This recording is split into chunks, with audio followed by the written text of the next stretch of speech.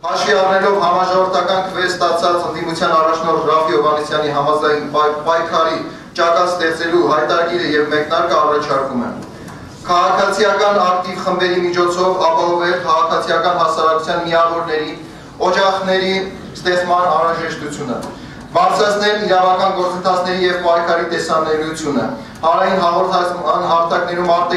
արտերկրում մեր մյուս հայրենակիցների հետ պատշաճ կապ ապահովելու համար,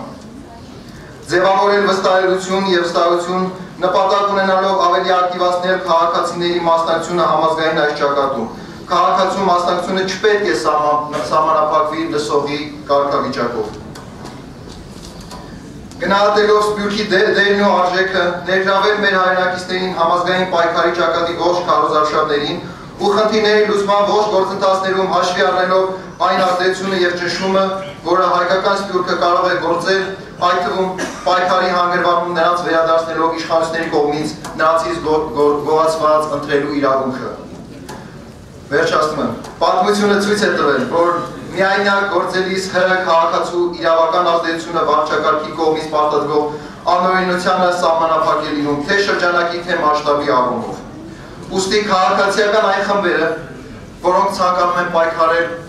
մի թփի, մի շենքի, մի իրավազրկվածի, մի ունեզրկվածի համար ողջունում են, սակայն նման մասշտաբի պայքարները ուղղակի պատիվ են բերում իշխանությանը, նրանց ժողովրդավարի համբավ են ձեռնում, որ տեսեք մեր այս թփի համար պայքարող կան։ Ուստի քաղաքացիական այն խմբերը, որոնք ցանկանում են դրա համար անհրաժեշտ է մեկտեղել մեր ուժերը եւ պայքարել այն ճակատով։ Եվ ուրեմն այլևս սահմաններ չկան, այլընտրանքներ չկան, պայքարը մեկն է, հանուն իրավական Հայաստանի, ընդդեմը ապօրինի իշխանության սպառման, նպատակը հանուն հայ ժողովրդի արժանապատիվ կյանքի, ողջունում եմ պայքարի այս տվյալ կողմից։